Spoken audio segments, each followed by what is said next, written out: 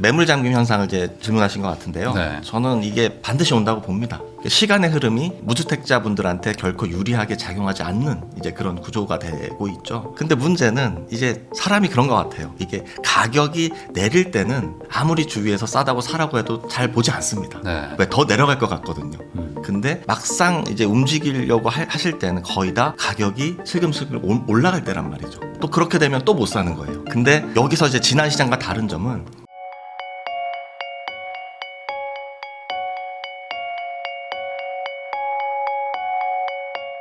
안녕하세요. 부익남TV의 부익남입니다. 오늘은 왕초보도 바로 돈 버는 부동산 경매 기술 저자이시죠. 달천 정민우 대표님 모시고 최근 부동산 시장에 대해서 이야기 나눠보도록 하겠습니다. 대표님 안녕하세요. 안녕하십니까?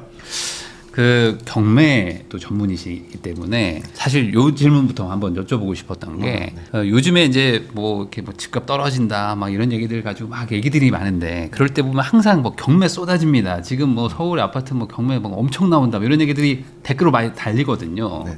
실제 지금 그 경매에서 네. 유의미하게 좀 변화가 있는지 궁금합니다. 네, 제가 정확하게 15년째 지금 경매 시장에 있는데요. 네. 사실 현재 기준으로 보면 경매 매물이 그렇게 늘지 않은 상태예요. 아 그래요? 네, 그러니까 예를 들어서 작년 피크 때가 언제였냐면 이제 그 코로나 시기 지나고 나서 급격히 돈이 풀렸다가 회수되는 시기 혹시 기억하십니까? 뭐 22년, 23년. 맞습니다. 네. 2023년 4년께가 거의 피크였습니다. 네. 그러다가 어느 정도 또 거기 다 2년 정도 시간이 흐르면서 일부 물량이 다 정리가 됐고요.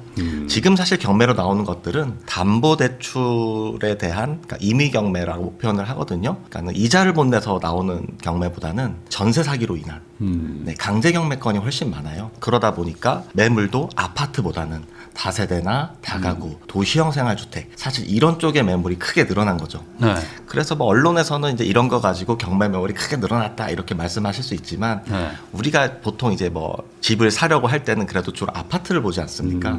그런 측면에서 봤을 때는 그렇게 늘은 것은 아니다. 아. 이렇게 정리할 수 있겠습니다. 그 언론 기사 같은 거 보면은 네. 보면 이제 공동주택이 엄청 늘었다 뭐 이렇게 얘기하잖아요. 근데 공동주택이라는 거는 사실 뭐 빌라도 막 이렇게 같이 맞아요. 묶이니까. 맞아요. 그럼 실제로 아파트로는 큰 차이는 없는 거네요. 말씀하신 대로 이제 집합 건물 전체로는 늘었지만 네. 아파트는 그래도 작년 말 기준으로 지금이 현재 이제 3월이니까요. 네. 현재 이제 전국적으로 아파트는 한 3,300여 건이 현재 진행 중이에요. 근데 서울만 봤을 때는 200건이 채 안 되거든요. 근데 작년 11월, 12월 불과 한 4, 5개월 전만 해도 그래도 한 300건, 350건이 육박했단 말이에요. 네. 지금은 말씀드린 대로 경매가 늘어나는 추세는 아닙니다. 분명히 아파트만 네. 봤을 때는. 하지만 빌라 경매 건수는 생각보다 줄어들지 않고 있어요. 아, 그러니까 결국 이제 그 비아파트 쪽이 상황이 아주 안 좋다. 여전히. 그렇습니다. 아, 그러니까 이게 일종의 또 양극화네요. 네, 그것도 좀 나눠서 보실 필요가 있겠습니다. 그럼 이제 경매는 한번 또 여쭤봤으니까 그 또 어쨌든 경매가 별개의 어떤 시장이라기보다는 부동산 시장의 전체의 또 일부니까 지금 수도권 부동산 시장의 어떤 상황을 전반적으로 어떻게 좀 평가하시는지 궁금합니다. 네, 지금 이제 정부 규제가 아주 그 전무후무한 규제가 나왔지 않습니까? 네. 결국은 이제 그 매도자, 매수자 이제 심리를 이제 그렇죠. 물어보신 것 같은데요. 일단 매도자분들은 조금 한두 달 전에 비해서 약간 급해지셨어요. 제가 보니까. 네. 네, 시간이 다가오니까. 다가오니까. 네. 네, 이제 전에는 별로 사실 이제 한두 달 전까지만 해도 매도 물량이 그렇게 많지는 않았거든요. 네. 눈치도 좀 보면서 슬슬 대응하면 되겠지 했다가 생각보다는 지금 대통령의 발언 워딩도 상당히 세고 뭐 장관님도 팔고 대통령도 팔고 네. 지금 이제 이런 상황이잖아요. 그러다 보니까 확실히 조금 이제 속된 말로 약간 쫄리는 예, 그런 게 좀 보여지고요. 반대로 이제 매수자분들도 네. 분명히 이제 되게 조급했었단 말이에요. 한두 달 전에. 근데 지금은 어라 이거 조금 살려고 봤더니 매물이 좀 나오네. 네. 그러니까는 예전에 내가 살려고 했던 그 가격대가 나오면 이제 원래는 샀어야 되는데 또 이게 또 속된 말로 간을 보게 되는 약간 요런 게 좀 보여지네요. 아, 그러면은 이게 결국에는 지금 5월 9일 전에 계약해라. 그러면 뭐 봐준다. 뭐 이걸로 이제 시작이 된 건데. 네. 그럼 반대로 이제 5월 9일까지 촬영일 기준으로 이제 딱 2달 남았거든요. 그렇죠. 그럼 5월 9일에 다가올 때는 어떻게 될지와 지나가면 어떻게 될지 그걸 그렇죠. 좀 한번 설명을 해주시면 좋을 것 같습니다. 이미 뭐 이제 토제 이제 구청 허가를 받기 위해서는 사실 지금이 움직이 타이밍이죠. 네. 이미 팔 분들은 이미 다 팔았을 거고요. 지금 뭐 시간적으로 많이 남은 것은 아닙니다. 그런데 이제 이런 경우죠. 매도인 입장에서는 팔릴 줄 알았는데 지금 생각보다 안 팔려서. 안 팔립니다. 그럼 그러면 이제 많은 생각이 들겠죠. 아, 이러다가 이거 세금 폭탄 맞는 거 아닌가? 또는 뭐 중여를 해야 되나? 아니면은 나 어떻게 해야 되지? 약간 요렇게 지금 생각하시는 분들이 많은 것 같고요. 네. 근데 생각보다 여러분들이 보시면 매물이 많은 건 맞습니다만은 호가 수준이 그렇게 떨어지진 않았어요. 서울 기준으로요. 네. 예, 사람들이 뭐 굳이 마용성이 아니더라도 어느 정도 직주 근접이 되는 대단지 아파트 기준으로 봤을 때는 제가 봤을 때는 이제 5% 정도를 이제 급매물의 기준으로 보는데요. 최근 거래가 기준으로 그렇게 5%보다 낮게 급매물이 나온 경우가 드뭅니다. 예, 그래서 좀 급하신 분들은 기대 수준을 좀 더 낮출 필요가 있겠다. 매도가를 낮추면 전체 세대에서 어쨌든 제일 싸게 내두시면은 저는 이제 팔릴 거라고 생각을 하고요. 그 반대로 그러면 이제 매수자들도 이게 눈치 싸움인 거잖아요. 그렇죠. 그러니까 5월 9일 지나면 어차피 양도세 막 늘어나는데 또 매물도 확 줄어들 수 있으니까. 맞습니다. 그러면 매수자들은 지금 약간 주저한다고 하셨는데 맞아요. 이분들도 지금 사야 되는 건가요? 그렇죠. 저는 이제 그 매물 잠김 현상을 이제 질문하신 것 같은데요. 네. 저는 이게 반드시 온다고 봅니다. 왜냐하면 이제 무주택자분들 입장에서는 참 이게 좀 아쉬운 부분은 사실 기회가 충분히 그동안 계속 있었지 않습니까? 네. 불과 뭐 2, 3년 전 아니면 1년 전에만 사셨어도 사실은 지금보다 훨씬 낮은 좋은 그 가격대로 그렇죠. 살 수 있었죠. 네네. 근데 문제는 이제 사람이 그런 것 같아요. 이게 가격이 내릴 때는 아무리 주위에서 싸다고 사라고 해도 잘 보지 않습니다. 네. 왜 더 내려갈 것 같거든요. 근데 막상 이제 움직이려고 하실 때는 거의 다 가격이 슬금슬금 올라갈 때란 말이죠. 예, 그래서 또 그렇게 되면 또 못 사는 거예요. 옛날 생각나니까. 그렇죠, 그렇죠. 네. 근데 여기서 이제 지난 시장과 다른 점은 그래도 예전에는 대안이 있었어요. 그래도 뭐 잠시라도 내가 뭐 소득을 더 번다든지 사업 소득이라든지 이제 이런 걸 이제 저축을 통해서 모아서 갈 수 있는 어떤 이제 임대차 시장, 그러니까 임대차 시장 자체가 그렇게 변동성이 크지 않았단 말이에요. 네. 잠시 내가 전월세를 가서 살 수도 있는 거고요. 근데 지금은 아시겠지만 전세 매물 자체가 거의 없습니다. 네. 그러다 보니까 월세로 떠밀리게 되고 또 월세 자체도 많이 올라갔죠. 이게 무슨 말씀이냐면 이제 내 소득에서 지출해야 되는 임대료, 가처분 소득이 줄어들게 되고 시간의 흐름이 무주택자분들한테 결코 유리하게 작용하지 않는 이제 그런 구조가 되고 있죠. 그래서 저는 되도록이면 잠기기 전에 사시는 게 맞다. 이런 말씀을 좀 드리고 싶죠. 근데 지금 이제 기다리시는 분들이 이제 5월 9일 지나도 더 떨어질 거다라고 생각하시는 어떤 요인 중에 하나가 네네. 이제 그 정부가 뭐 지금 비거주 1주택자도 뭐 약간 뭐 세금 뭐 올리겠다. 뭐 다주택자면 당연히 올리겠다. 뭐 그러니까 이런 식으로 계속 뭔가를 얘기를 하니까 아마 뭐 보유세나 양도세일 텐데. 그러니까 이제 추가적으로 더 때릴 거니까 그때 못 버티고 나오는 급매들 뭐 못 버티는 매물 그거 노리겠다는 분들도 있거든요. 그렇게 갈 것 같으세요. 어떻게 보세요? 그렇죠. 이제 저는 그걸 이제 약간 심약자 매물이라고 표현할 네. 수 있는데요. 네. 물론 가능합니다. 근데 사실 오징어 게임 혹시 영화 보셨나요? 네. 우리 이런 게임을 이미 많이 해봤죠. 다주택자 분들이 일단 속된 말로 쫄린 분들이 많이 나와야 되는데 그분들이 이미 내공이 정부만큼 강합니다. 강하신 분들이 많아요. 그런데다가 말씀드린 대로 이게 무서운 게 이게 집값이 어쨌든 뭐 계속해서 사실 우상향하는 경우는 없단 말이에요. 또 일정 시기가 오거나 뭐 외부 위기가 오거나 뭐 금리가 또 치솟거나 하면은 분명히 내려가는 시기도 있을 텐데 이게 적어도 제가 서울 수도권 시장을 이렇게 길게 보니까 그래도 결국은 물가 상승률 이상으로 복리로 계속 올라가더란 말이죠. 이 상태에서 글쎄요. 기다리는 거는 조금 저는 문제가 있다고 보고 더 빠질 것이다라는 거는 저는 하나의 누구나 갖고 있는 인간의 어떤 그 포보라고 합니다. 그 네. fear of better option이라는 뭐 더 나은 선택지가 이제 있을 거라는 게 어떻게 보면은 저는 그 확증 평양 같은 이제 그런 느낌이에요. 왜냐하면 어떤 선택지를 정해놓고 내가 이제 거기에 맞춰서 자꾸 생각을 하게 되는 물론 그게 맞을 수도 있지만 이게 사실 집 같은 경우는 필수제지 않습니까? 결국 임대 아니면은 매매인데 이거를 계속 미룸으로써 어쨌든 더 나은 옵션을 찾아간다는 게 확률적으로 저는 좀 쉽지는 않겠다 이런 생각이 드네요. 그러면은 지금 이제 서울 수도권 위주로 얘기를 좀 해주신 건데 뭐 네네. 지방 쪽은 그럼 좀 어때요? 어떻게 보세요? 지방도 이제 제가 뭐 요즘에는 하고 있지 않지만 한참 이제 수년 전까지도 열심히 투자를 했습니다. 네. 근데 사실 확실히 그 환금성이 낮은 건 맞아요. 잘 안 팔립니다. 네. 애초에 저는 근데 뭐 아시겠지만 15년째 투자를 하고 있는 사람이라서 그냥 임대 수익률로 접근한단 말이에요. 근데 정말 그 싸게 팔아도 원래는 싸게 사서 싸게 판다. 이게 어떻게 보면 경매의 로직 중 그렇죠. 하나인데 이것도 이제 어떻게 보면 서울 수도권에 한정된 거예요. 지방 같은 경우에는 내가 원할 때 팔리지 않을 않을 수도 있다. 이제 이거를 전제로 놓고 투자를 하셔야 되는 거고요. 물론 지금은 그래도 공급 대비 수요가 많은 지역들, 제가 주로 보는 지역이 부산, 이제 울산, 뭐 요런 대구 요런데 제가 이제 한 달 전에도 저 이제 대구지방법원 입찰하러 다녀왔거든요. 네. 이런 것들 보면 지금 전세가 수준에서 얼마든지 조금 부지런히 트라이 하시면 매입할 수 있는 이제 그런 시기고요. 근데 하지만 1주택이 있는 상태에서 굳이 일반인이 다주택을 위해서 또는 수익률을 위해서 지방 광역시까지 가서 투자할 이유가 있을까? 이런 생각은 좀 드네요. 그 울산이나 부산 이제 특히 이제 울산은 뭐 완전히 뭐 분위기지 뭐 뜨겁다 뭐 이런 얘기들도 막 나오고 있는데 맞아요. 실제로는 좀 그런가요?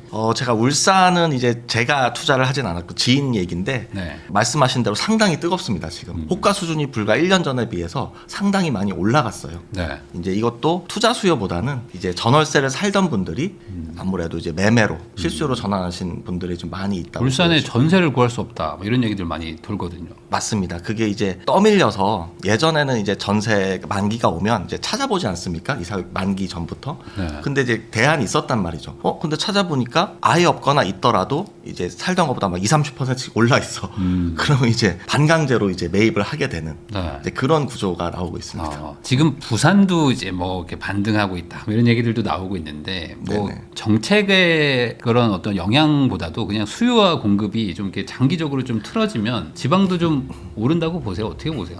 예, 지방도 조금 이제 나눠 보셔야 될 것 같은데요. 이제 부산 같은 경우는 저도 이제 그 사실 제가 고향이 부산이에요. 네. 부산인데 일정 특정 구만 조금 오르지 않나 이런 생각이 들어요. 예를 들면 뭐 양극화다. 동네, 그렇죠. 뭐 해운대고 네. 요런 데만 이제 그래도 좀 가시적으로 오르는 게 좀 눈에 보이고 그럼 특정 이제 지역들은 여전히 아직까지 그 매수로 전환되기에는 아직 수요들이 좀 부족한 게 아닌가 저는 이런 생각도 들어요. 물론 뭐 그렇지 않습니까? 이게 그러니까는 쉽게 말씀드리면 서울 지방이 양극화되듯이 그 광역시 내에서도 또 양극화가 되고 있다. 네. 저는 이렇게 보고 있습니다. 많은 분들이 막 댓글에 다는 것 중에 하나가 신축 공급해봐야 뭐 다 다주택자가 막 다 쓸어간다 뭐 이런 얘기들 막 하시거든요. 근데 뭐 실제 어차피 경매를 하시면 어쩔 수 없이 다주택자들도 막 되는데 네네. 지금이 다주택자가 투자할 수 있는 그런 시기라고 보세요? 안타깝게도 다주택자들이 투자하는 것은 저는 거의 보지 못했습니다. 네. 이건 아주 어려운 얘기고 일단은 취득세 중과 허들이 사라지지 않는 이상 추가 주택 취득은 완전 전문 투자가 아닌 다음에야 어려워요. 네. 그리고 신규로 이제 주택이 공급되는 것은 맞는데요. 일부 공급이 된다 하더라도 이게 사실 서울 내에서 뭐 수도권 내에서만 이 수요로 해결이 돼야지 되는 건데 이 지방 분들까지 가세를 하시는 게 문제입니다. 이게 사실 뭐 지방이라고 하면은 뭐 서울 분들만 부자가 많은 줄 알고 계시는 분들이 있는데 지방에도 뭐 병의원들 또 고위공무원분들 네. 또 뭐 공장 하시는 분들 상당히 많단 말이에요. 이제 이런 분들이 구축을 잘 안 사세요.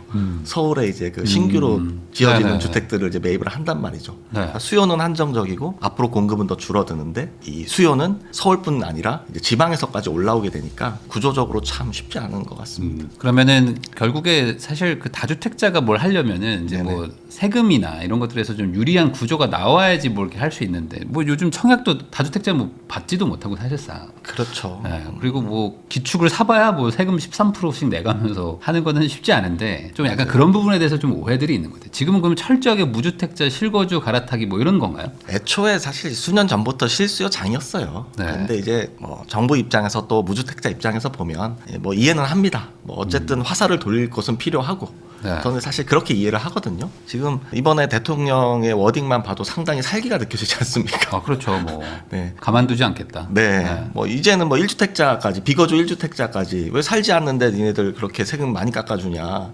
뭐 장특공제부터 해서 지금 뭐 다 건드릴 것 같아요. 제가 봐도. 근데 이런 상황에서 다주택을 한다? 이거는 좀 너무 리스키하죠. 맞습니다. 그래서 뭐 있는 다주택자들도 다 뭐 정리하고 있는 판인데 그렇죠. 이게 조금은 좀 그렇지 않나. 그러면 이제 앞으로 시장을 좀 전망도 좀 해본다면 네. 약간 뭐 중기 정도 한 2, 3, 4년 정도로 본다면 앞으로 부동산 시장을 좀 관통할 키워드 뭐 이런 걸 좀 뭘 꼽고 싶으세요? 세 가지를 꼽는다면요. 저는 이제 일단 공급 절벽. 네. 현실화 됐습니다. 거기에 따른 이제 임대료 쇼크 그리고 이제 어쩔 수 없이 떠밀려서 사게 되는 갭매우기 네. 요 정도를 좀 들고 싶어요. 하나씩 이제 보면 일단 공급인데요. 이거는 뭐 제가 이미 2, 3년 전부터 다른 채널에 나가서 계속 언급을 드렸던 부분입니다. 일단 2020년 1년, 2년, 3년 너무 안 좋습니다.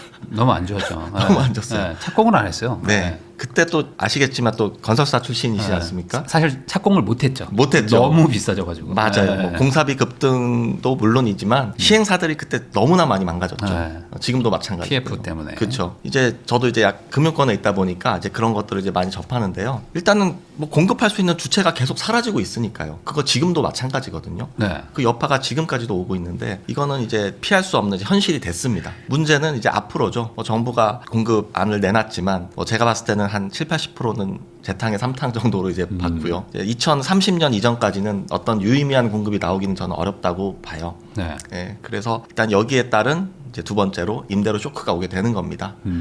결국은 이제 나가서 이제 임대로 살아야 되는데 그래도 한 3, 4년 전까지는 현재 사는 그 주거의 삶의 질을 크게 떨어뜨리지 않는 수준에서 그래도 전세가나 월세가가 비슷했단 말이에요. 근데 불과 1년 6개월 최근 사이에 상당히 많이 올랐습니다. 네.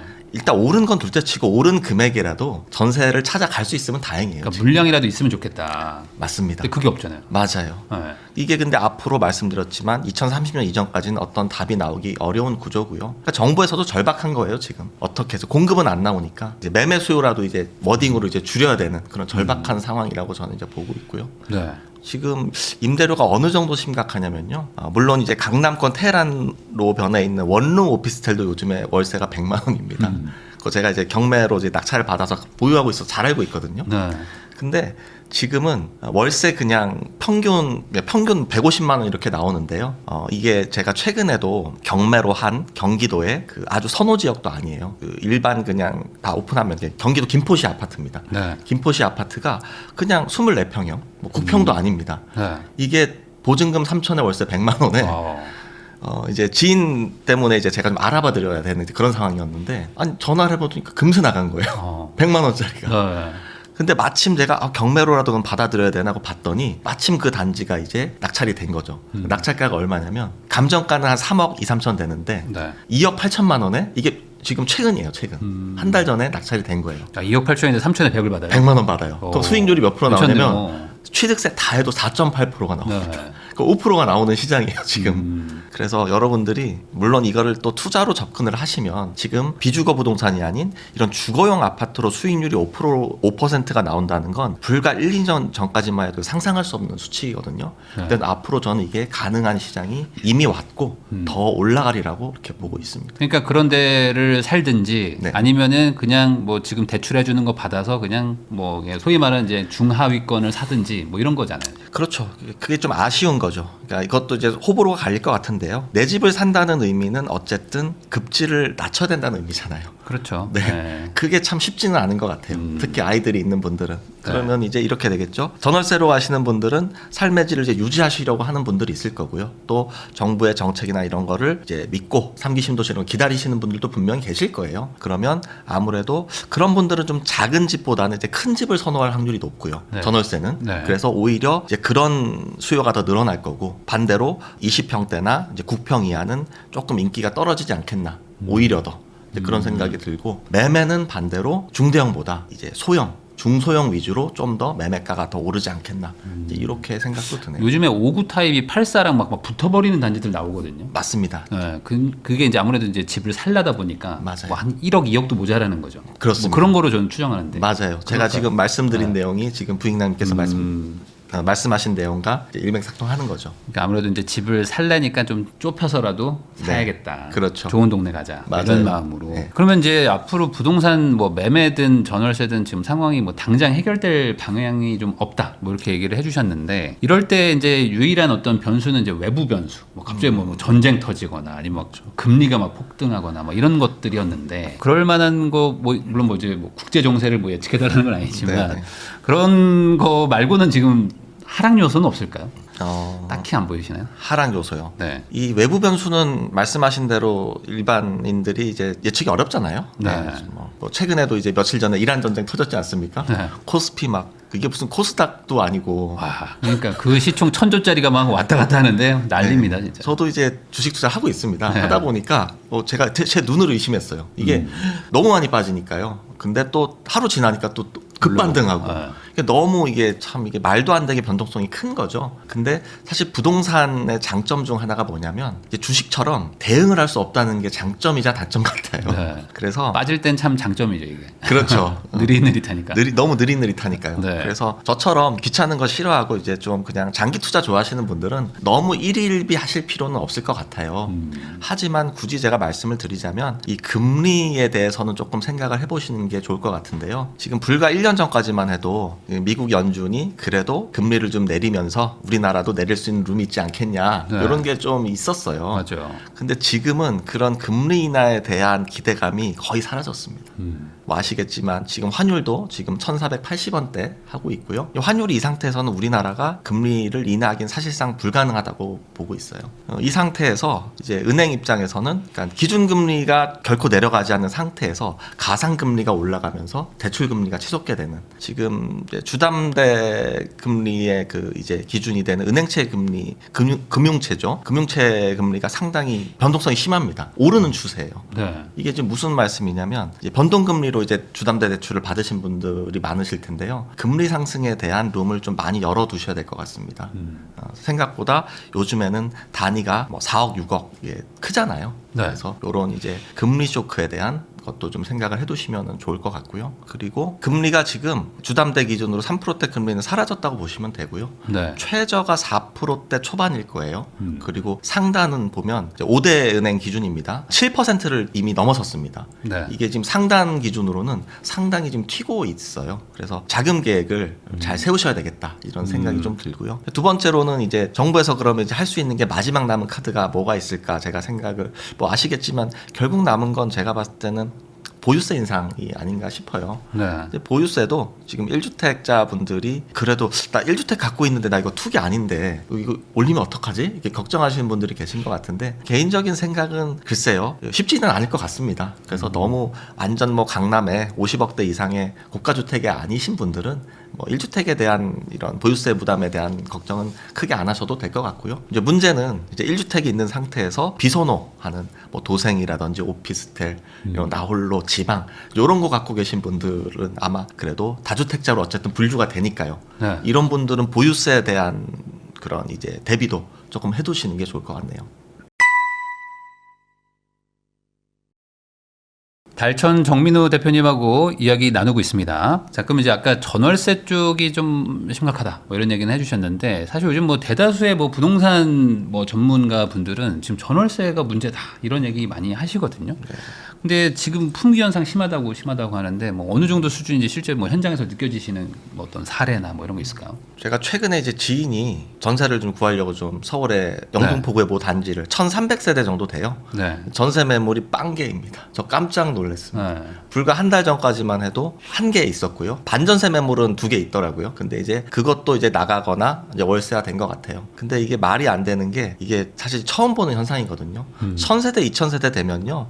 불과 1년 전까지만 해도 그래도 한 1, 20개는 있었어요. 네. 많게는 30개 있었단 말이에요. 네. 비교해서 갈 수 있는 시장이었는데 지금은 어떻게 뭐 선택의 여지조차 없는 이제 그런 상황인 거죠. 그래서 지금은 심각하다. 뭐 이렇게 제가 최근에 이제 사례로 보면 그러니까 예전엔 그래도 뭐 동이 뭐 어떻네 뭐 타입이 어떻네 이렇게 얘기라도 할 수 있었는데 맞아요. 지금은 없고 있어도 뭐 여기 아파트가 동이 뭐 초등학교에서 엄청 멀리 떨어져 있는데도 막 그런 것도 막 억지로 가고 막 그렇죠. 1층도 가고 막 맞아요. 네. 이제 그런 걸 가릴 수가 없는 시장이 됐고요. 그러다 보니까 결국은 빌라, 뭐 다세대, 도생, 오피스텔 이제 이쪽으로 이제 가게 되는 거죠. 그것도 좀 나눠서 보셔야 되는데요. 그래도 그나마 이제 오피스텔이나 엘리베이터가 있는 빌라 같은 경우에는 네. 그래도 막 그렇게 나쁘지 않아요. 그렇죠. 전월세 살만하죠. 네, 살만하거든요. 네, 네. 네, 얼마든지 뭐 주차 관리도 상당히 잘 되는 빌라들도 많습니다. 네. 그래서 그런 것들은 실제로 경매로 낙찰가도 높게 나타납니다.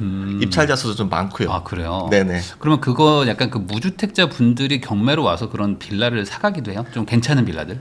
이것도 두 가지로 나눠볼 수 있는데요. 지금 이제 빌라 경매는 말씀하신 대로 실거주자, 실거주자분들은 일단 기본적으로 엘리베이터가 있어야 돼요. 있어야죠. 그리고 초등학교가 가까워야 되고요. 네, 네. 지하철역에서 가까워야 됩니다. 요게 이제 딱 그 엔드 요건으로 되는 곳에 이제 실수요자분들이 들어오고요. 네. 두 번째로는 단기 매매를 위해서 매매 사업자를 통한 투자자분들. 이제 정부에서도 이건 어떻게 보면 장려를 어느 정도 하거든요. 그래서 사실 1년 이내 팔게 되면 양도세율이 지방세 포함해서 77%를 내야 되잖아요. 네. 근데 이거를 오늘 사서 내일 팔아도 이제 일반 세율로 중과세를 안 하게 되는 거죠. 이런 분들도 경매 시장에 지금 많이 들어와요. 네. 네, 근데 상식적으로 생각을 해보시면 누가 이길까요? 결국은 입찰가를 써내는 데 있어서 결국은 실수요자가 낙찰을 받을 확률이 높겠죠. 거기는 그냥 뭐 제값 주고 사도 된다 뭐 이런 마인드잖아요. 약간 그런 네, 마인드예요. 네, 네. 네. 그러면은 그 방금 말씀해주신 대로 이제 뭐 매매 사업자든 아니면 뭐 단기성 투자 자금이 막 들어온다고 해도 결국에는 팔아야 되는 거잖아요. 실거주하려고 사신 분들은 아니니까 빌라도 좀 팔리나 이게 지금 걱정이실 것 같아요. 빌라도 맞아요. 좀 팔리냐. 그렇죠. 저도 이제 그런 선입견을 원래 가진 사람이었고요. 네.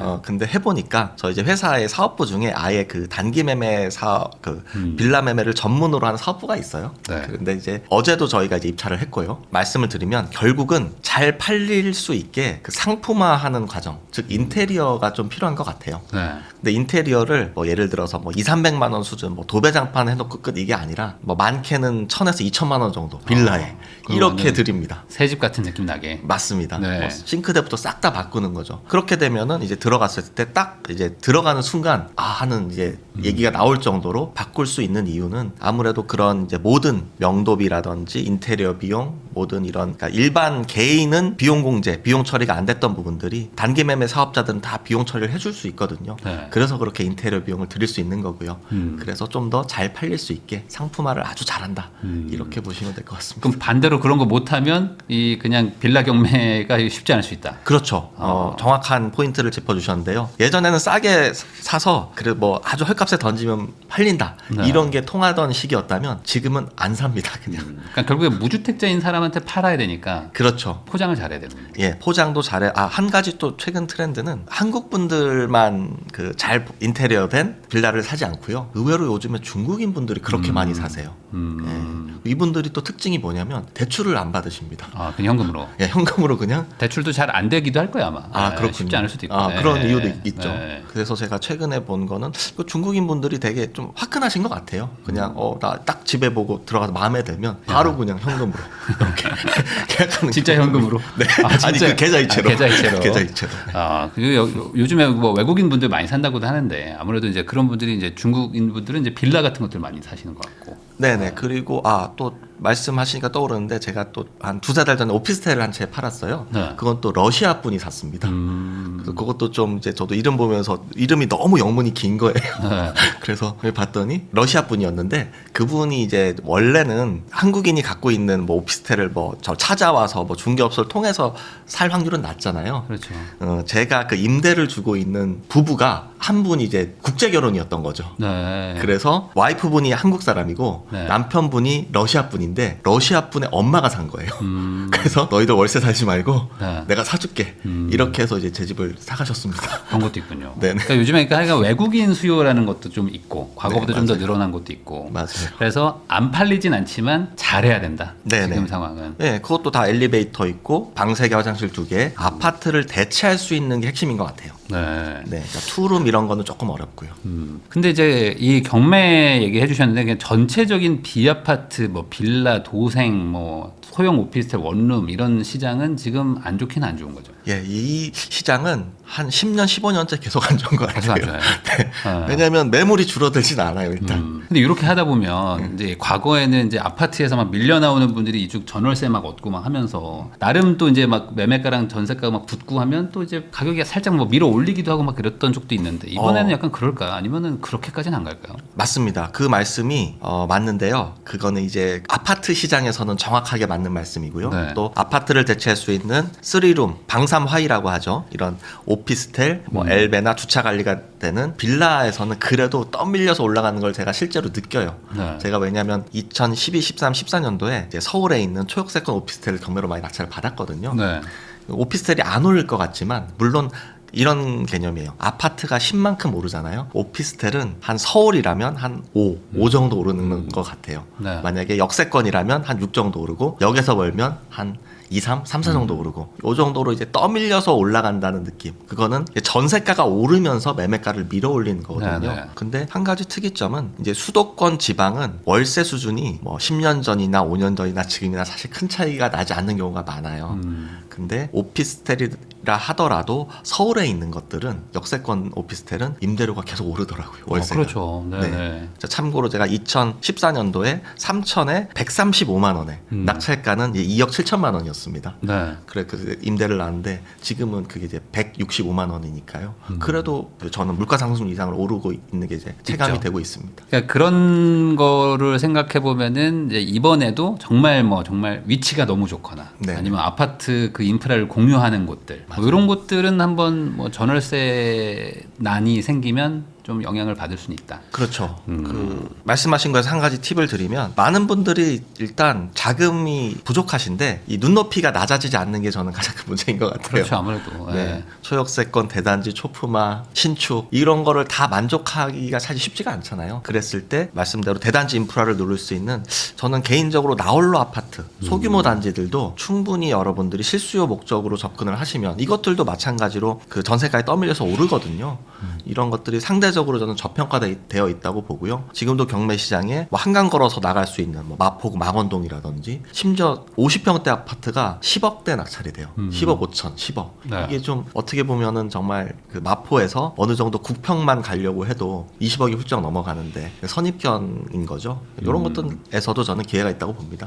그 방법은 조금 더 이따가 얘기 한번 해보고요. 네네. 우선은 그러면 지금 전월세 얘기를 좀 하고 있었으니까 네네네네. 그러면 전월세 쪽에서 지금 정부가 계속 그 실거주해라. 그리고 뭐 대출 받으면 6개월 안에 들어가라. 그리고 이제 토어제니까 뭐 여기서 뭐 한시적으로 잠깐 열어주는 거지 무조건 실거주 의무로 해야 돼. 뭐 이런 식으로 가면 어쨌든 지금 좋은 동네에서는 전월세 물량은 지금보다 더 줄어든다고 봐야 되는 걸까요? 정확하십니다. 예, 지금은 이게 전월세가 말씀대로 특히 직주 근접 그리고 학군지에 대해서는 더 많이 임대료가 상승하고 이제 이런 게 좀 보여지고요. 네. 왜 그러냐면 일단 사람들이 그래도 나의 출퇴근 거리는 어느 정도 감내할 수 있어요. 근데 뭐 가족이나 배우자나 아이들이 이제 엮이게 되면 다 그쪽에 맞춰지게 되거든요. 그렇죠. 네. 네. 그래서 어쩔 수 없이 그거는 앞으로도 계속될 거라고 봅니다. 제가 아는 분도 3시간 출퇴근하시거든요. 근데 애 때문에 애를 학교를 보내야 돼서 남편만 이제 3시간을 왔다 갔다 하시는데 3시간은 좀 네. 너무 심하긴 하네요. 그러니까 좀 길 막히면 3시간 반 걸린다고 하루에. 와. 그래서 형님 힘드시겠어요 했는데 뭐 한 3년만 참으면 돼. 약간 이렇게 하시는 거죠. 어쩔 수 없으니까 애 때문에. 맞아요. 그러다 보니까 아까 말씀하신 대로 이제 직주 근접 좋거나 학군지거나 이런 데들은 네. 이제 전 월세 경쟁을 막 붙는 거고. 맞습니다. 그러면 이제 가격이 막 더 튀고. 실제로 월세가 더 많이 오르고 있고요. 네. 뭐 전통적인 학군지, 뭐 대치, 목동, 뭐 말할 것도 없고요. 뭐 중계 이쪽도 이제 월세가 더 많이 앞으로 지금도 뛰었지만 앞으로는 더 많이 올라갈 거라고 이렇게 보고 있습니다. 그 뭐 댓글이나 시장에서 반응하시는 어떤 내용들을 보면은 전세 사기가 이제 이번에 한번 크게 한번 이슈가 됐기 때문에 전세는 좀 없어져야 된다 이런 얘기들을 많이 하잖아요. 그러다 보니까 이제 뭐랄까 고통 없는 혁신은 없습니다. 뭐 이렇게 뭐 전세를 없애는 동안 생기는 어떤 힘든 거는 참아야 됩니다. 뭐 이런 댓글들도 많이 달리거든요. 이 전세의 어떤 그 장점 단점 이런 것들도 시장에서 좀 이렇게 많이 오래 계셨으니까 설명도 좀 해주시면 좋을 것 같아요. 어떻게 보세요 전세라는 거를? 전세제도 뭐 아시겠지만 전 세계에서 거의 우리나라만 있는 제도잖아요. 네. 이 덕분에 뭐 저희 같은 서민들도 뭐 내 집 마련도 하고 어쨌든 한 번에 뭐 정부에서 뭐 집을 주는 것도 아니고 그렇다고 뭐 목돈이 많은 것도 아니고 그 레버리지 하나의 수단으로 활용해서 잘 활용해 왔죠. 그리고 이게 또 하나의 선순환이 되어 왔던 거는요. 이게 분명히 그 임대 공급을 많이 해왔어요. 왜냐하면 이제 크게 공급은 민간과 공공으로 나눌 수 있는데 사실 민간에서 85% 이상을 차지한단 말이에요. 네. 근데 이거를 그동안 저는 분명히 그 순기능 역할을 해왔다고 봅니다. 이제 공급 측면에서. 근데 어쨌든 정부 입장에서는 이제 전혀 그렇게 보지 않는 것 같아요. 이제는 저도 그런 생각이 좀 들어요. 문제는 이게 지금 말씀하신 대로 순기능이 있으면은 또 이게 역작용이 그렇죠. 나온다는 말이죠. 이걸 또 굳이 나쁘게 활용하시는 분들 때문에 불과 지금 아까도 말씀드렸지만 임의 경매가 아닌 보증금 위반안에 의한 강제 경매 건수가 줄어들지 않고 있어요. 지금 어느 정도 이제는 조금 이제 소강 상태긴 합니다.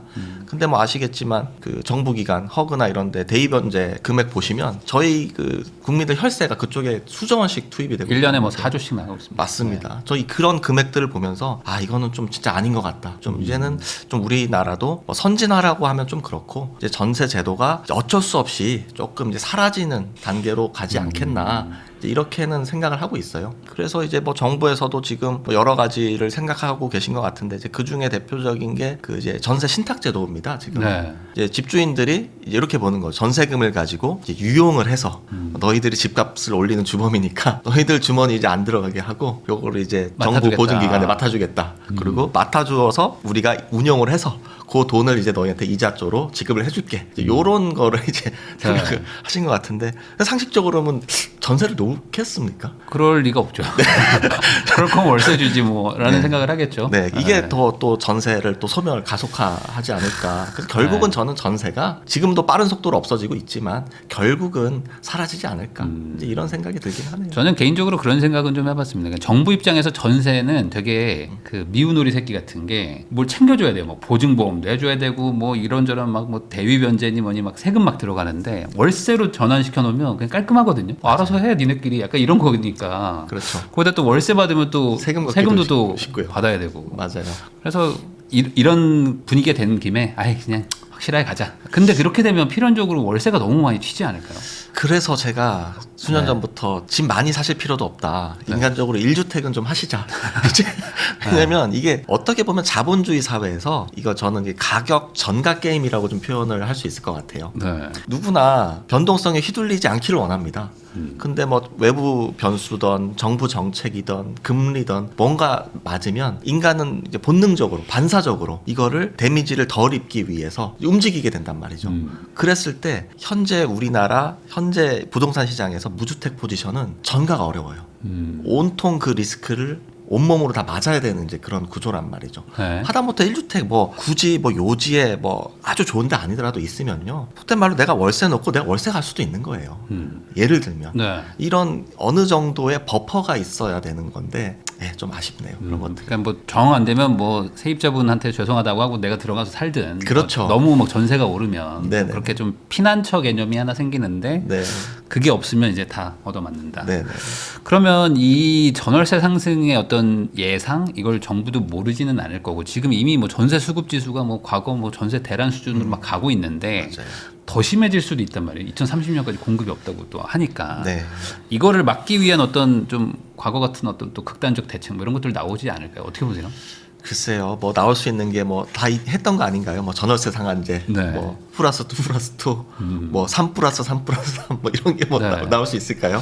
그런 것들을 하려고 하지 않을까? 뭐 저는 뭐 이제 그런 그렇죠. 걱정을 하고 있는데 근데 그런 것들이 다 반시장 정책이라고 저는 생각을 하고요. 거기에 대한 피해는 고스란히 말씀드린 대로 다주택자보다는 이제 무주택자분들한테 가지 않을까 그런 생각이 들어요. 현 정부가 그 오피스텔이나 뭐 빌라 같은 것들, 그러니까 소위 지금 아파트랑 좀 관련 없이 가고 있는 이쪽에 공급을 많이 늘리거나 아니면 이쪽에서 전월세를 많이 공급할 목적으로 뭐 이제 부양책을 쓰는 거죠. 그러니까 세금 다 깎아주고 아니면 뭐 이제 주택수에서 다 빼주고 뭐 이런 식으로 할 수도 있지 않을까라는 생각들도 좀 있었는데 지금은 그 방향으로는 좀 안 가는 것 같은데 어떻게 보세요? 네, 그 방식이 사실 정부 입장에서 보면 가장 빨리 할 수 있고 쉬우니까요. 네. 네, 저도 이제 그 말씀대로 그렇게 하지 않을까 싶은데 그게 뭐 사실 땅 확보하기도 쉽고 너무나 정부 입장에서 보면 당장 또 수치로 보여줄 수 있는 이제 그런 것들이잖아요. 네. 근데 지금 보면 뭐 말씀대로 그것도 쉽지는 않은 것 같아요. 왜냐하면 사람들이 이제 알아요. 예전에는 그냥 모델하우스 이런 데 가서 삐까뻔쩍 하면은 뭐 혹해서 사기도 하고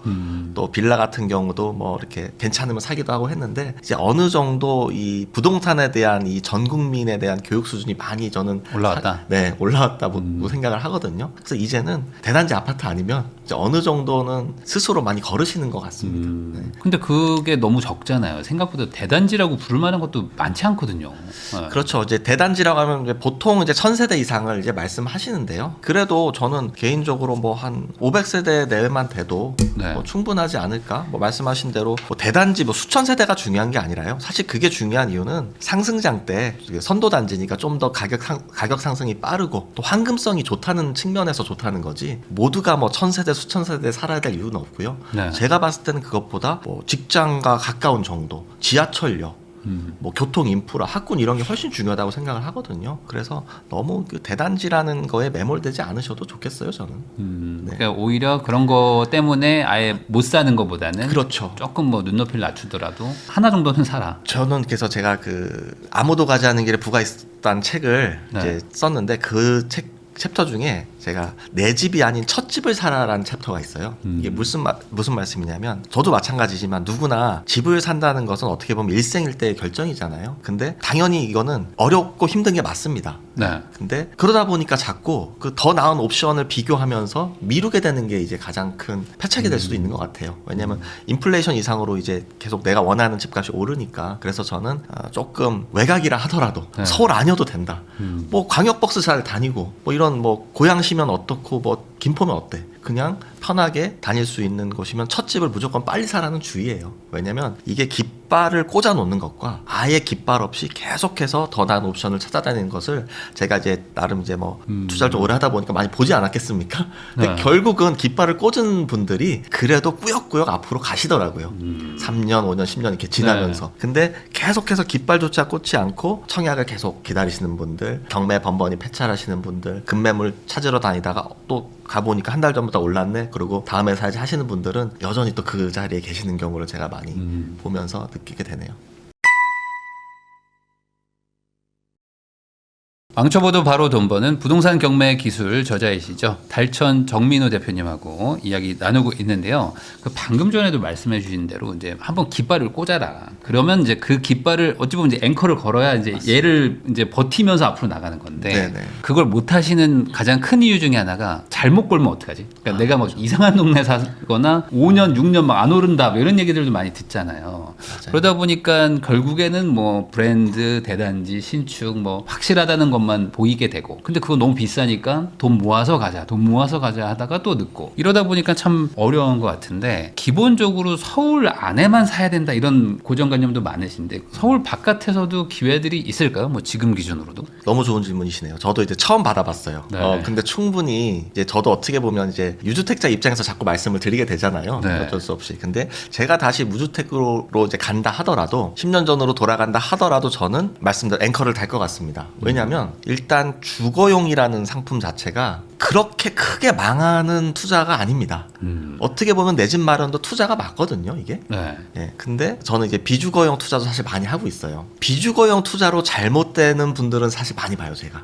특정 지역을 잘못 선택하거나, 뭐 상가나 뭐 뭐 지산, 상가, 지산, 네. 오피스텔, 빌라, 뭐 공장 공장, 뭐 네. 이런 것들 제가 수없이 많이 받지 않겠습니까? 네. 근데 아파트를 뭐 그 서울이 아닌 곳을 잘못 사서, 뭐 나홀로를 사서, 뭐 저층을 사서, 완전 뭐 썩은 걸 사서, 뭐 지하철역이 너무 먼 걸 사서, 이런 걸 사서 망했다 이런 거를 제가 들어본 적은 좀 그러니까 손해는 조금 뭐 볼지언정 인생이 망했다 이런 사람은 네, 없는 없는 거죠? 것 같아요. 그 네. 손해를 본다는 개념도요. 제가 봤을 때는 그래도 아파트의 형태를 갖추고 있다면 경기도권이라도 갖추고 있다면 저는 손해 보신 분들이 있을까 싶습니다. 저는 분명히 물가 상승 이상으로 기본적으로 이제 공사비가 계속 올라가기 때문에 그 사는 거주 가치 이상의 자신이 들어간 돈보다 거주 비용 이상을 분명히 이제 본전을 뽑고 있을 거라는 생각을 하거든요. 그러니까 남들만큼은 안 올랐지만 그렇죠. 전월세 사는 것도 다 비용이잖아요. 그렇죠. 뭐 네. 월세 낸 거 대비하면 나을 수도 있다. 정도는 네네. 그래서 다 한다. 맞아요. 그래서 너무 첫 깃발 꼽는 거에 대해서 너무 많이 이렇게 그 옵션들을 비교하게 되면 참 물론 뭐 베스트죠. 근데 돈이 한정돼 있으니까요. 물론 이거는 이제 제 의견입니다. 물론 계속 기다리셔서 원하시는 양질의 주택을 한 번에 쫙 이렇게 받아서 가시는 방법이 있겠고 저 같은 경우는 좀 더 현실적으로 접근하자는 겁니다. 소득이나 종잣돈이 한정돼 있으니까 어느 정도는 인플레이션을 미미하게나마 등에 업을 수 있게 하자. 예, 물론 이렇게 되면 이제 부채가 녹는 값도 다르긴 합니다. 고가 주택일수록 부채 값이 많이 시간의 흐름에 따라서 많이 많이 녹고 녹아버리죠. 이제 나는 조금 덜 녹고의 차이지 아예 안 녹이는 거는 좀 더 리스키하지 않을까. 그러면은 여기서 이제 아마 궁금하신 게 이걸 것 같아요. 이제 경매도 또 전문을 하시니까 네. 그 한 1, 2억 정도 있으신 분들이 지금 제일 난감하거든요. 그러니까 이걸로 뭐 아파트 살려니까 꽤 많이 멀리 가는 거예요. 뭐 진짜 뭐 삼본이나 뭐 안산 막 가야 돼, 뭐 김포까지 가야 되는데 이 돈으로 거꾸로 이제 서울 안쪽에 역세권에 오피스텔 같은 거는 또 어떻게 사볼 수도 있거든요, 이거. 물론입니다. 네, 그러면 이제 직주 근접도 좋아지고 뭐 어차피 난 애도 없고 당장 학교 필요 없으니까 이런 거에서 살다가 뭐 옮겨볼까 이런 생각하시거나 아니면 이제 그래도 아파트야 하면서 이제 외곽으로 나가거나 아니면 그냥 사지 말자 삼성전자 사자 뭐 이건데 뭐 개인적으로 어떻게 보세요? 제가 다 해봤습니다. 네. 저 삼성전자도 해보고 뭐 다 갖고 주식도 있고 네. 다 하는데요. 일단 주식에 좀 재능이 있으신 분들은 저는 굳이 부동산 할 필요는 없을 것 같습니다. 예. 맞아요. 재능만 있으면은 그쪽이 좋죠. 그쪽이 좋잖아요. 속 편하죠. 네, 제일 속 편하고요. 뭐 정부 뭐 아무 상관없이 마이웨이 하실 수 있는 것들. 네. 근데 대다수가 제가 알기로는 주식에 재능이 없는 분들이 훨씬 많으실 겁니다. 이제 그렇다고 하면 저라면은 초역세권에 저는 오피스텔을 살 것 같아요. 아 돈이 없으면. 네, 왜냐하면 지금 오피스텔 대출이 상대적으로 너무 잘 나오거든요. 네. 사업자 대출도 기본적으로 저희가 시중은행에서 한 70에서 80%까지 맥스로 하면요. 네. 소득증빙만 되면 나오기 때문에 그러면 이제 2억이면 뭐 거의 뭐 한 5억대 오피스텔 살 수 있거든요. 이제 서울에서도 5억 되면 방 3개짜리 들어가실 수 있어요. 네. 이거를 내가 월세를 어쨌든 들어가게 되면 일단은 전월세에 대한 임차 비용이 없어지는 거죠. 네. 그리고 아까 제가 말씀드렸지만 그래도 꾸역꾸역 아파트만큼은 아니지만 올라가더라. 네, 저는 이제 요거를 좀 추천을 드리고 싶네요. 제가 아는 그 젊은 친구도 네. 한 27살 때 오피스텔을 샀거든요. 그래 봐야 한 2, 3년 전인데 갭이 너무 붙어 있어가지고 한 3천 주고 이제 서울 역세권에 샀는데 한 8천 올랐어요. 그러니까 왜냐면 오를 수밖에 없는 구조니까 전세가 더 뛰어가지고. 맞아요. 그러니까 그런 것도 나쁘진 않은데. 맞아요. 네. 근데 안 해보신 분들은 네. 그래도 망설여지는 거죠. 그러니까 오피스텔 사면 안 된다 뭐 이런 얘기들 너무 많으니까. 맞아요. 그리고 저는 개인적으로 오피스텔 취득세율을 좀 무주택자분들한테 좀 낮춰주면 어떨까 하는 좀 생각이 들어요. 네. 지금 이제 1주택이던 뭐 10주택이던 일괄적으로 4.6% 네. 지금 취득세율이 적용되고 있는데요. 좀 이 무주택자분들한테 한 1.1% 정도 이제 주택에 준해서 이렇게 해주면 좀 더 낫지 않을까 좀 이런 생각도 드네요. 근데 이렇게 얘기하면 그럼 오피스텔 좋나 보다라고 해버리시니까 그렇죠, 그 그렇죠. 오피스텔은 무조건 이제 아까 말씀하신 방삼화이 정도 그러니까 아파트 같이 생긴 네, 아파트를 대체할 수 있는 아파트 이게 수준의, 전제 조건입니다. 네. 나름 동네도 좋고 네, 맞아요. 역세권이고 네. 얘가 아파트만 아닌 거지 아파트나 마찬가지인 정도의 어떤 수준. 아파트랑 실제로 차이가 없고요. 네. 들어가서 보시면 이제 그 발코니 면적 정도 차이가 나요. 네. 그리고 아무래도 그렇게 수백 세대 단지는 드무니까요. 많아봐야 한 2, 300세대 정도거든요. 오피스텔은. 네. 주로 이제 상업시설에 지어지니까요. 그리고 뭐 상대적으로 이런 거죠. 너무나 인프라는 좋고 뭐 역은 가깝지만 좀 이제 관리비 측면에서 아무래도 조금 이제 좀 불리한 측면이 있습니다. 아무래도 같은 방삼 화이라 하더라도 이제 아파트 같은 경우 관리비가 뭐 한 2, 30만 원 나온다면 오피스텔은 한 5, 60만 원. 네. 요 정도 나오는 그런 단점들도 분명히 있기는 해요. 그래서 이런 것들도 꼼꼼히 따져보시고 하시면 좋을 것 같습니다. 그러면 아까 말씀하셨던 외곽의 좀 아파트보다 이게 낫다라는 거는 외곽은 조금 시간이 걸린다 뭐 이렇게 보시는 건가요? 저는 사실 서울 신봉자긴 해요. 네. 괜히 서울이 아니다. 네, 괜히 특별하다는 거를 붙여놓진 않았을 거잖아요. 그래서 굳이 비교를 하자면 같은 금액에 좀 더 쾌적하고 넓은 외곽의 오피스텔, 좀 더 구축에 낡은 역에 가까운 또 작은 오피스텔이라면 저는 후자를 좀 추천드리는 편입니다. 아파트여도 외곽의 아파트여도 좀 도심의 오피스텔이 아닙니다. 지금 이제 오피스텔끼리 비교를 한 거고요. 저는 그 아파트. 아파트랑. 예를 들어 아파트라면 뭐 김포의 아파트와 이제 뭐 예를 들어 서울 막 요지에 있는 역세권 오피스텔. 그거는 원래는 제가 좀 이제 답이 있었는데 네. 최근에 경기권에 2020년대 이후에 신주급 아파트라면 이거 괜찮겠다 좀 생각이 많이 들거든요. 제가 여기 그 처음에 지금 아까 말씀드렸을 때 기본적으로 요즘 아파트들 너무 잘 져요. 잘 지어서. 잘 져요. 네. 그리고 임대 수요도 되게 많습니다. 뭐 서울만 많은 게 아니라요. 기본적으로 지은 지 4, 5년 안 된 신축급 아파트들은 임대 수요가 너무 풍부하단 말이에요. 이런 것들까지 감안했을 때는 경기도 아파트가 나을 수 있다. 그래서 저는 신축급 경기권 아파트, 오피스텔 또 이렇게 좀 선택지를 주신다면 또 이렇게 갈 것 같습니다. 사실 그게 VS가 뭐 이게 항상 그때그때 다르긴 하지만 네네. 아파트면 좀 신축이면 외곽도 경쟁력이 좀 있다. 네네.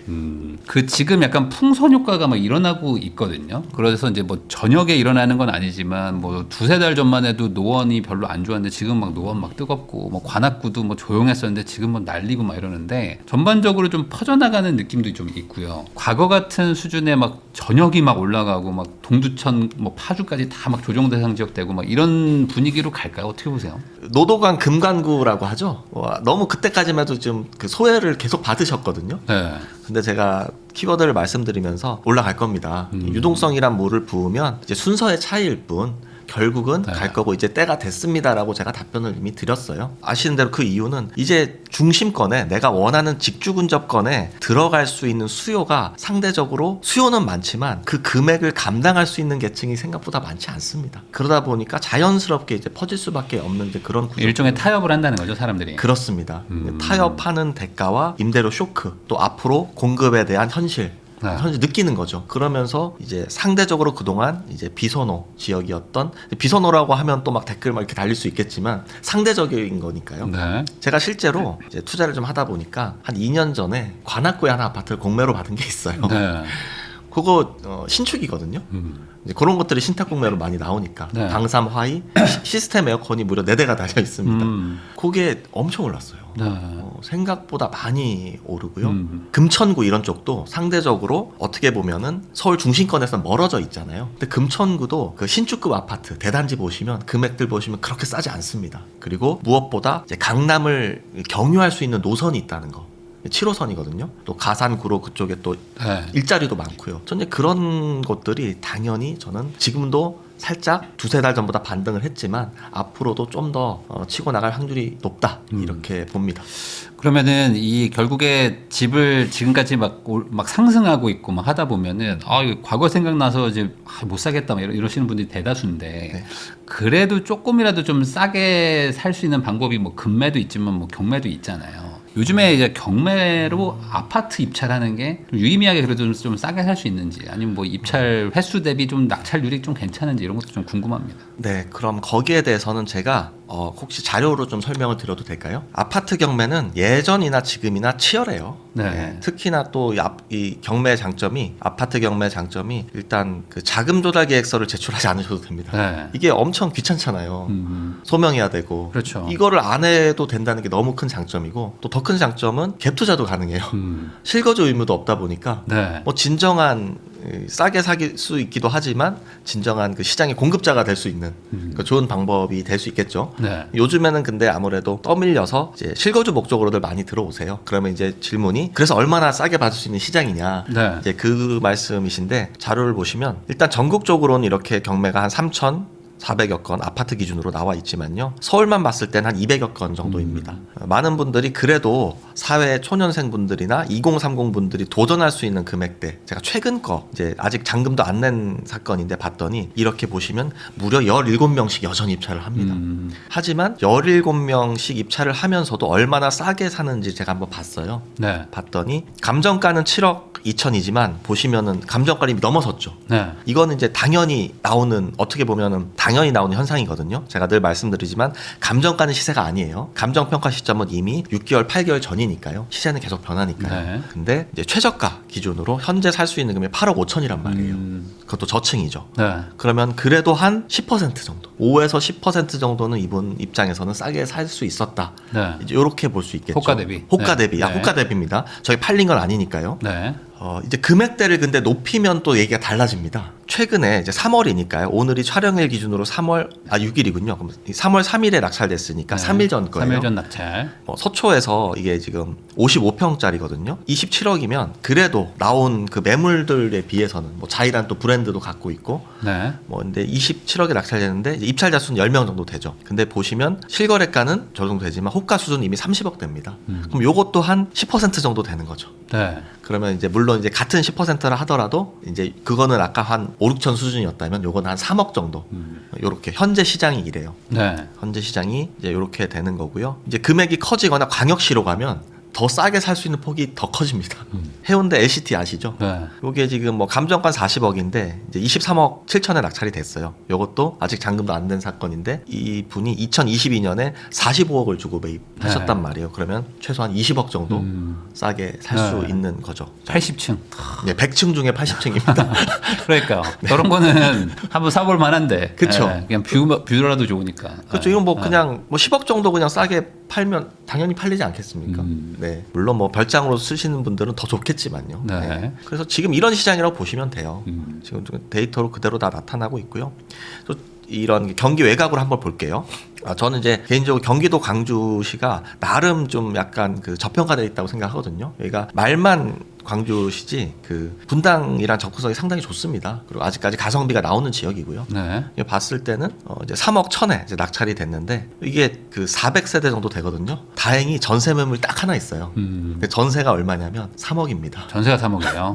네. 내 돈 1,000만 원 갖고 살 수 있는 거예요. 네. 그러니까 전세가율이 한 96%, 95%뭐 이 정도 할 거예요. 그래서 경매로 이렇게 접근하실 수 있어요. 접근을 하실 수 있습니다. 네. 그러니까 이게 결국에는 이제 뭐 최고로 막 멋진 아파트 막 이렇게 고르기에는 사실 이제 수량이 작잖아요. 맞아요. 뭐 200개, 뭐 이렇게 3,000개 이렇게 있으니까. 그렇지만 이제 조금 싸게 사고 뭐 물론 이제 뭐 대출이나 아니면 처음에 뭐 전액 현금 넣어야겠지만 그래도 이제 뭐 전세 맞추고 하면은 뭐 사회 초년생이라든지 아니면 신혼부부들 뭐 한 5천 1억 있는 사람들도 어쨌든 집을 하나 소유할 수 있다. 이런 가장 그게 큰 장점인 것 같기도 하고. 그렇죠. 특히 무주택자분들은 대출도 너무나 잘 나와요.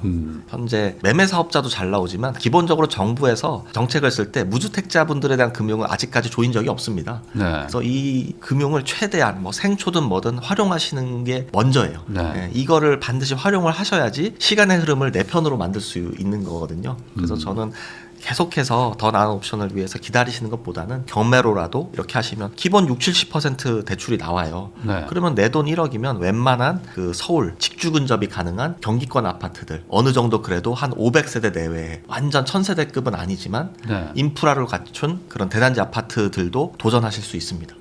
그러면 이제 아파트를 말씀해 주셨는데 그럼 빌라나 그 뭐 오피스텔 이런 것들은 좀 시세보다 그래도 확연하게 좀 싸게 사나요? 아무래도 많이 싸게 살 수 있긴 해요. 빌라는 아파트에 비해서 그래도 좀 더 입찰자 수가 낮아지는 거는 분명한 사실이고요. 네. 오피스텔도 마찬가지지만 근데 신축급 완전 그 새 거 있잖아요. 빌라도 방 3개 화장실 2개 초역세권 초품화 그리고 심지어 뷰까지 잘 나와 이런 것들은 여전히 입찰자 수가 많더라고요. 네네. 근데 그럼에도 불구하고 분양가 대비 최소 수천만 원 이상 싸게 낙찰이 됩니다. 근데 이제 그건 아셔야겠죠. 아파트에 비해서 빌라는 조금 황금성은 떨어질 수 있겠다. 네.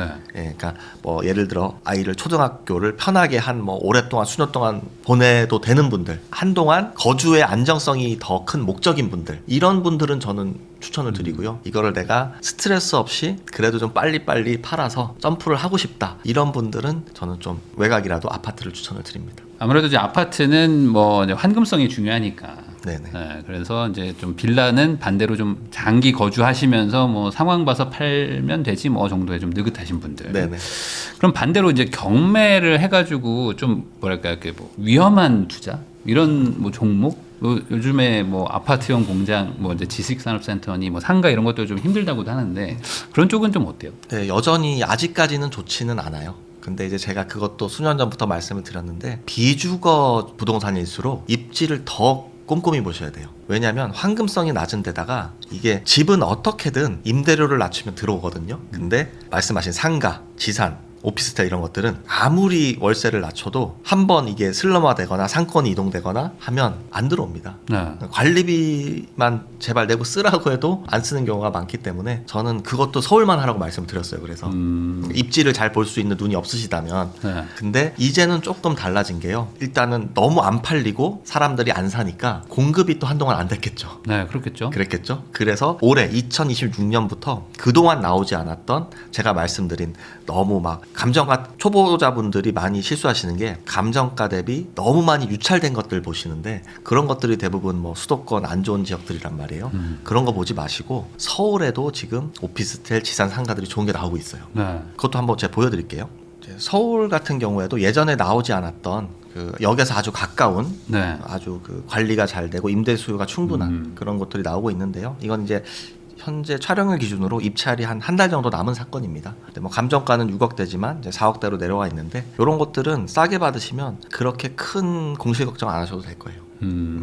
전용 면적이 한 20평대 초반이면 보통 이제 직원 수 규모로 한 대여섯 명 정도, 많게는 7, 8명이 들어가기도 합니다만 딱 그 조그만한 사무실. 네네 스타트업 정도 네. 많은 수요가 가장 많은 평수기도 하고요. 네. 관리도 너무 잘 되고 있고 여기 뭐 피트니스 센터, 골프 연습장 다 들어가 있어요. 네. 그래서 이런 것들 여러분들이 낙찰 받으시면 일단 대출이 잘 나와요. 기본 뭐 60에서 80%까지 나옵니다. 네. 그래서 활용하시면 좋겠고 뭐 이런 것들도 여러분 9억대지만 지금 5억대까지 내려와 있잖아요. 네. 너무 큰 평수는 하지 마세요. 저는 개인적으로 전용 면적 기준으로 25평 이하를 추천을 드립니다. 이런 것들도 보면 이건 저희가 이제 사실 조사한 자료인데 그냥 오픈을 하겠습니다. 이 해당 동의 전체 입주율이에요. 보시면 97%가 넘습니다. 네. 그 자연 공실 수준이란 얘기예요. 그러니까 많은 사람들이 뭐 지상 그러면 거기 막 다 망한 거 아니야? 뭐 공실 많은 거 아니야? 그러는데 실제로 보면 공실률이 거의 없어요. 네. 예. 임대료를 1, 20만 원만 낮춰도 금세 나간단 말이죠.